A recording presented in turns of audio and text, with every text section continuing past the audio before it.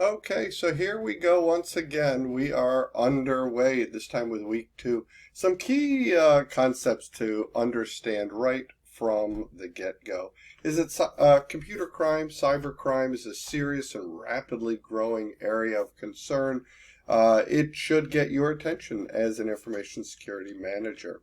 In addition, you're going to work then to help organizations take strong measures to secure a reliable computing system that offers privacy rights to your clients as well, and employees and other customer data. So that really is the focus this week.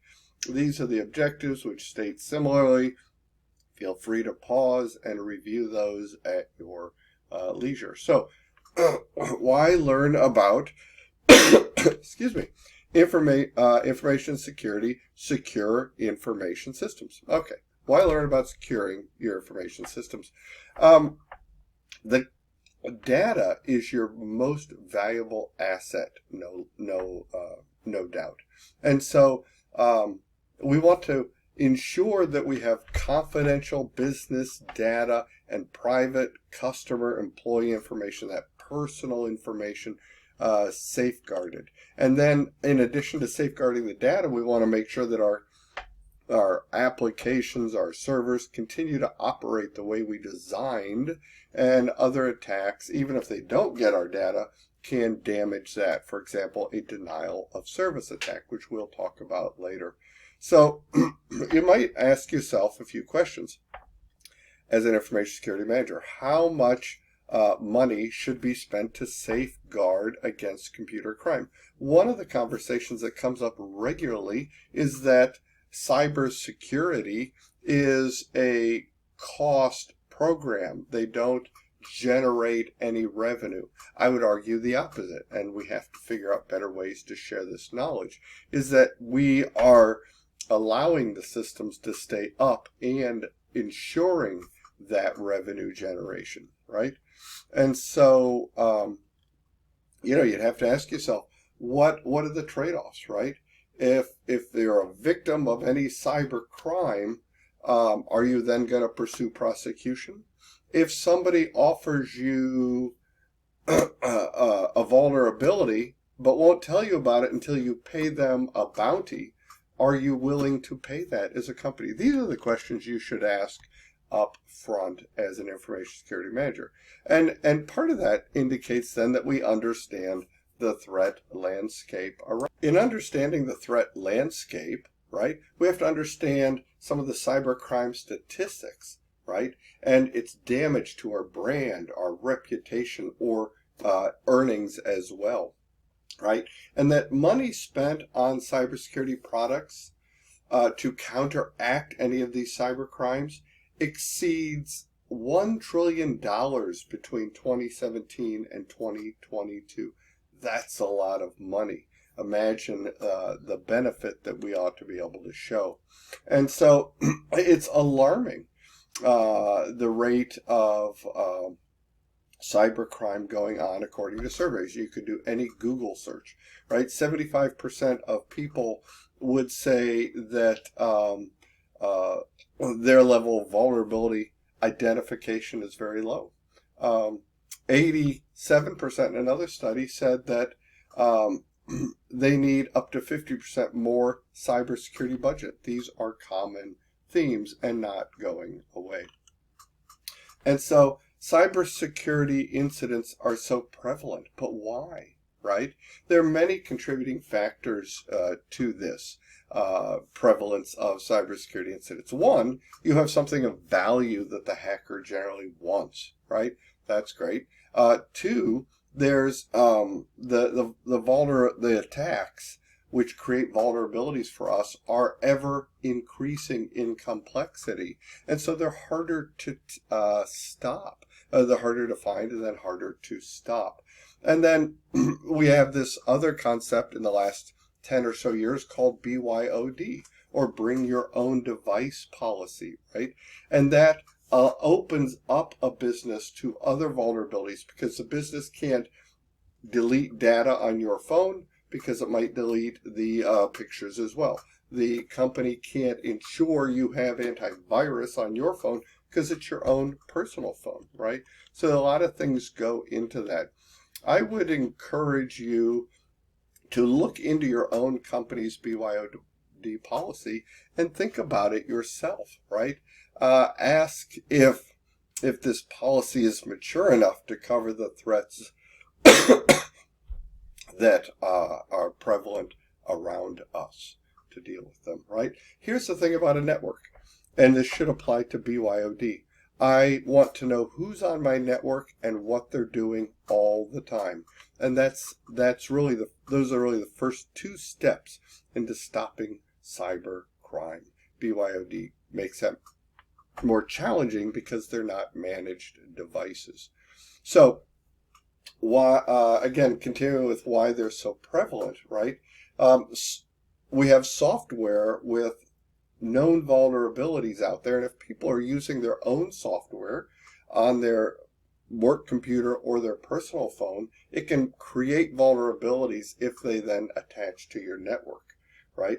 An exploit is an attack on an information system that takes advantage of a particular vulnerability, right? And if you're using software that is not controlled, you are open to more exploits.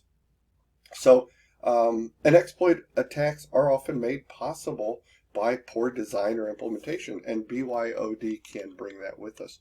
There's also a zero-day attack. That's basically where we had no warning that the attack was coming.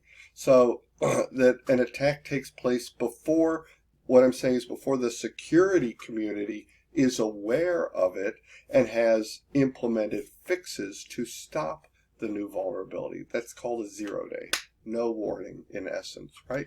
And so there's this increasing sophistication, as I mentioned, of those who would do harm, right? That's another factor. These aren't just people anymore. They are now nation states. We'll talk more about that in just a little bit. So I wanted to show you this graph, right, which shows on the vertical axis the number of vulnerabilities, and over the years you can see it just continues to rise. And I have posted an article on the Moodle site on the evolution of hacking I thought you might enjoy as well. Now, on the topic of cybersecurity attacks, it's interesting to note that the lone wolf or the cyber terrorist get a lot of publicity over their work, but they are not considered the most serious of the cyber attacks.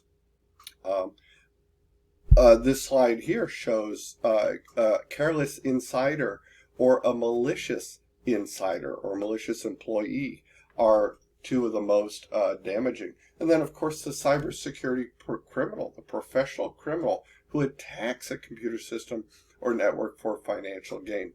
The malicious insider, this is somebody that if you're getting ready to fire, you want to lock down their system and take away their credentials immediately. That's action a manager, an information security systems manager, should take immediately. And then there's everybody getting into the game. They're hacktivists. People can go online to Google and find code and just have fun for their own pet cause, right? Instead of doing it in the realm of the law and trying to change law, they're going to attack your site just because you don't stand for what they stand for, right? As I mentioned, there is the lone wolf attacker. They get a lot of publicity, as well as the cyber terrorist. The cyber terrorist is interesting because it's a state-sponsored individual or group, right? The individual's okay, the group is worse. And a state-sponsored group would be an APT, Advanced Persistent Threat, right? This is a network attack in which an intruder gains access. Normally this is a nation state like Russia, like China, that are paying their people to attack you on behalf of the nation. There's blended threats. Phishing threats are astronomical. And as I mentioned, I want to know who's on my network and what they're doing there. And a phishing attack gives people access or credentials or other items of information that they want to be able to get on my network. That's what they're trying to do. Of course, there's a rootkit attack vector, which is a set of programs that enables its user to gain administrative level access to a computer without the end user's knowledge. Once it's installed, it's very easy for them to gain control and very hard to find it out because it's tied to the boot up process. Some other terms to be aware of, you can pause and read it on your own time. Smishing, social engineering, which is all tied to phishing, spam, Trojan horse. Think of the Greeks and the horse. It was a trick. You think you're downloading a real program, but instead it really is contained a virus that will now attack you. Vishing is similar to phishing, but you can read the difference there. And a worm. A worm will replicate itself. A virus generally will not. Otherwise, they're very similar. So that's a little bit about the types of attacks and where we're going here. Now, we'll move then to ransom. So ransomware poses a very serious threat, right, that you want to consider along the way. Ransomware is malware that stops a user from using their computer in the way it was intended to be. I can't get access to my data in the database, or I can't make my computer work because someone has taken over and encrypted my data without my knowledge. Now, I don't have the key to unencrypt it, and I have to pay a ransom to them. If it's your own personal computer, often you can take it down to a local computer shop. The key to stopping ransomware is always have a current backup. Always back up your data along the way, okay? That's good for you. And so, you have to ask yourself, from an industry perspective when you're at work, how much are you willing to pay for ransomware? Too many, if you have that attack, too many businesses don't discuss this in advance. Some companies will pay nothing. Others would pay a lot. Some have paid and not gotten all their data back. I think it's it's a mature conversation to have inside a business early on.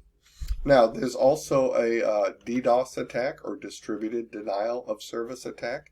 This is a denial of service attack is when one computer attacks your computer and denies your service. So if I can't buy whatever I want, I am in the middle of a DOS attack. Now, a DDoS, distributed denial of service, is when multiple computers synced together with command and control instructions from the hacker attack your system. It keeps your business from, say it's Christmas, it's the biggest time of the year, and you want to harm a business, you do a DDoS attack, and you shut them down from being able to complete orders, right? And a lot of DDoS attacks start from implanted viruses on a computer that's now affected, waiting for that command and control signal. A botnet is a large group of targeted computers that are controlled by the hackers. So a botnet would be part of the DDoS attack. And a data breach is just any unauthorized release or access to sensitive data, like your own personal data. So these are some cyber attacks that pose serious threats. You can read them on your own. And there are a pie chart here based on the percentage of data breaches by government and industry sectors. The federal government had a serious one in 2020 called SolarWinds. You might want to look at. Okay, cyber espionage is our next topic. We'll come back for that after the break.